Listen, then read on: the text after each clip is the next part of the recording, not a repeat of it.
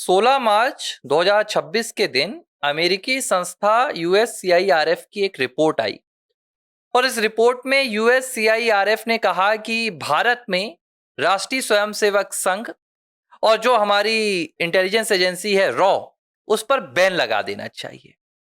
हालांकि ये जो अमेरिकी अंतरराष्ट्रीय धार्मिक स्वतंत्रता की ये जो रिपोर्ट आई है, ये जो समिति है, इसने शायद भारत के उस विपक्षी नैरेटिव को पकड़ लिया। इसने शायद भारत के उस विपक्षी आधार को पकड़कर यह रिपोर्ट बना दी जो भारत विरोध में काम करता है। लेकिन जब भारत में यह रिपोर्ट पहुंची तो भारत के विदेश मंत्रालय तो एक सिरे से इसे खारिज कर दिया।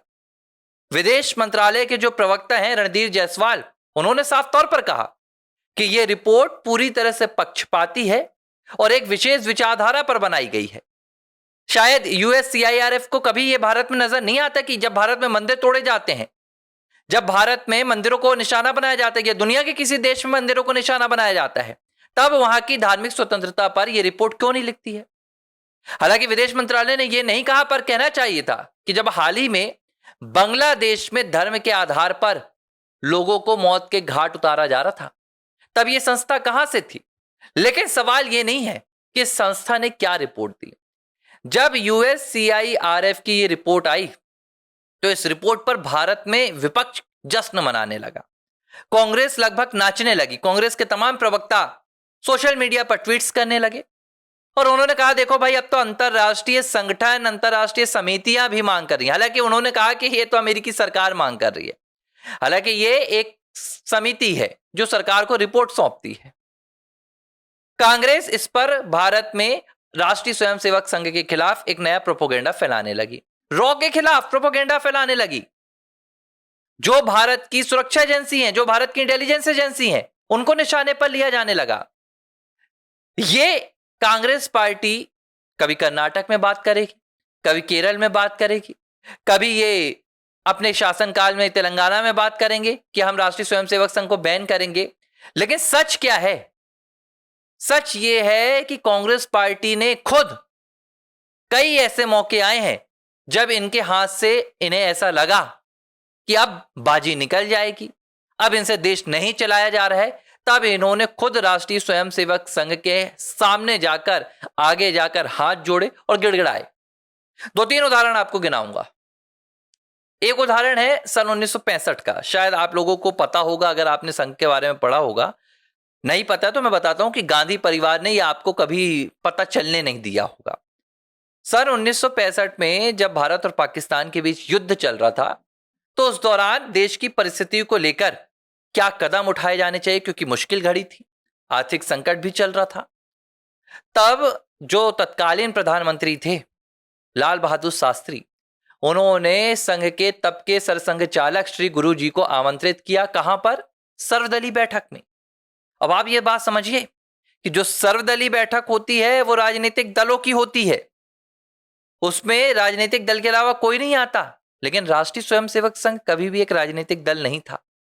बावजूद उसके तब के प्रधानमंत्री कांग्रेस के थे लाल बहादुर शास्त्री, वो संघ की अहमियत को समझ रहे थे।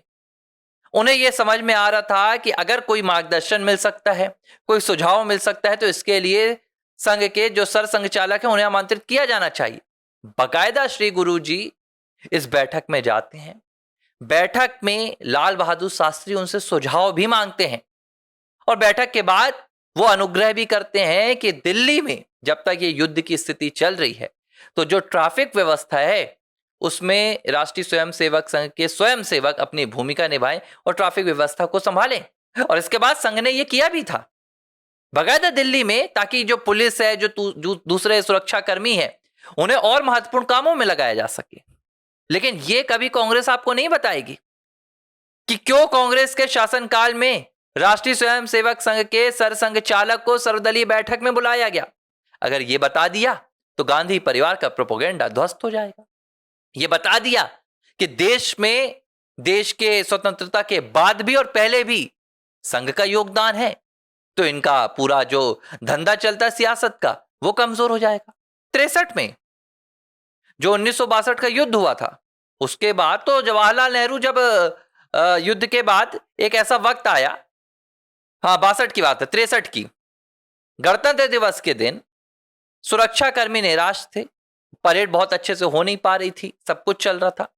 तब राष्ट्रीय स्वयंसेवक संघ, उसकी एक टुकड़ी परेड में आती है। दिल्ली में बकायदा गणतंत्र दिवस के मौके पर यह परेड होती है। तब क्या हो गया था कांग्रेस को? तब क्यों बुलाया गया था? और ऐसे कई मौके आते हैं जब कांग्रेस के सीधे नेता भी पहुंचते हैं संघ के पास, सुझाव लेते हैं, लेकिन ये जो गांधी परिवार है ये संघ के खिलाफ जहर उगलता। देखो संघ कौन है, संघ क्या है? ये संघ कोई पैरामीटर नहीं है कि यहां से शुरू यहां खत्म। संघ विचारधारा है, और जब मैं संघ कहता हूं तो उसका मतलब ये नहीं है कि एक संगठन से जुड़े हुए लोग, एक विचारधारा से जुड़े हुए लोग। संघ की विचारधारा राष्ट्र प्रेम है, संघ की विचारधारा देश प्रेम है, संघ की विचारधारा सनातन प्रेम है, समाज को एकत्रित करना, हिंदू समाज को, भारत के हित के लिए काम करना, यह संघ की विचारधारा है। जो इस विचारधारा को अपना लेता है वो संघ का हो जाता है। संघ में आज तक टिल द डेट सन 1925 से कोई भी ज्वाइनिंग लेटर नहीं दिया जाता।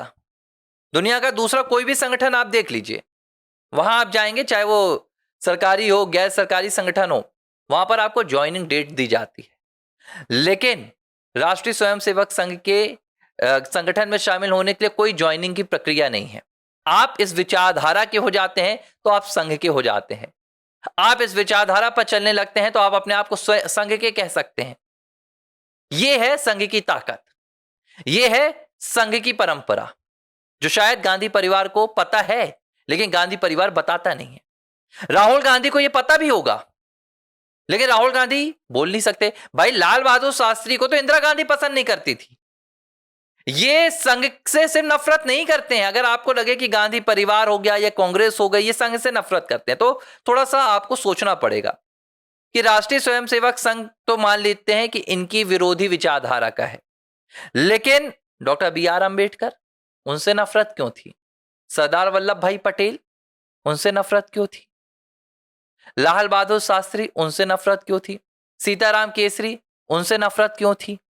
कामरेज, उनसे नफरत क्यों थी? कामराज, माफ कीजिएगा, कामराज जो कांग्रेस के अध्यक्ष थे, क्यों नफरत थी उनसे? ये एक परिवार के जब भी कोई खिलाफ जाता था ये परिवार उससे नफरत करने लगता था। ये सिर्फ अपने हितों पर पलने वाला परिवार है। इसने सिर्फ अपनी परवाह की है और अपने एक परिवार के लिए इसने पूरे देश को ताक पर लगाया है। ये काम आजादी के पहले से चल रहा है। नेहरू प्रधानमंत्री बने थे सरदार पटेल को किनारे करके, उसके बाद आप देखिए लगातार ये खेल चलता रहा। क्या देश में कोई दूसरे प्रधानमंत्री पद के दावेदार नहीं थे?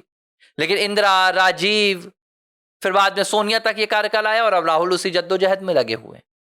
तो ये इनका असल सच है जो शायद मुझे लगता है कि लोगों को पता चलना चाहिए।